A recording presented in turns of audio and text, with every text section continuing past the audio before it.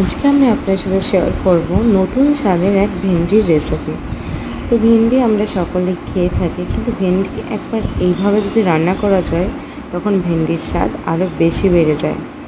এখন সিজনে নতুন ভেন্ডি সবার কাছে বাজারে অ্যাভেলেবেল।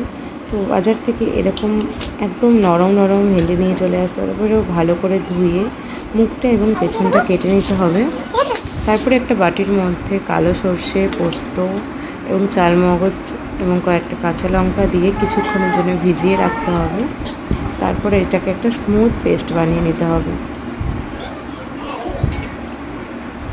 তারপরে ভেন্ডিটার মধ্যে যেটা কেটে রেখেছিলাম হলুদ গুঁড়ো, সামান্য লঙ্কার গুঁড়ো এবং প্রায় 1-1.5 চামচ মতো বেসন ছড়িয়ে এবং সামান্য লবণ দিয়ে ভালো করে মাখিয়ে নিতে হবে। এরকম করে মাখিয়ে নিলে কী হয়, ভেন্ডিগুলো ভাজলে অনেক সুন্দর খেতে লাগে। আর এটা মাখানোর সময় আমি সামান্য জল ছিটিয়ে দিয়েছিলাম, তাহলে ভেন্ডিটা ভালো মাখানো যায়। তারপর ভেন্ডিগুলোকে হালকা তেলের মধ্যে ভেজে নিতে হবে, বেশি ভাজলে হবে না, হালকা। তারপর কড়াইয়ের মধ্যে গোটা 2 শুকনো লঙ্কা দিয়ে সামান্য কালো জিরে দিয়ে যে পেস্টটা বানিয়ে রেখেছিলাম সেটা দিয়ে দেবো এবং স্বাদ মতো হলুদ এবং স্বাদ মতো লবণ দিয়ে দেবো। আবারও সব কিছু খুব ভালো করে মিশিয়ে নিয়ে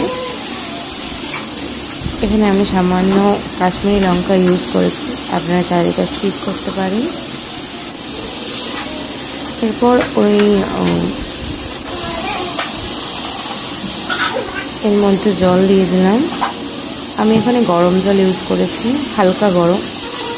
আপনারা চাইলে গরম জল ইউজ করলে কি হয়, রান্নার টেস্টটা আরও বেশি হয়। এরপর আমি ভেন্ডিগুলো দিয়ে দেবো এবং 10 মিনিট মতো রান্না করে নেবো মিডিয়াম টু লো ফ্লেমে। তো রেডি আমাদের ভেন্ডির সবজি। আপনাদের কেমন লাগলো এই সর্ষে ভেন্ডি অবশ্যই কমেন্টস করে জানাবেন, বাড়িতে একবার হলেও বানাবেন।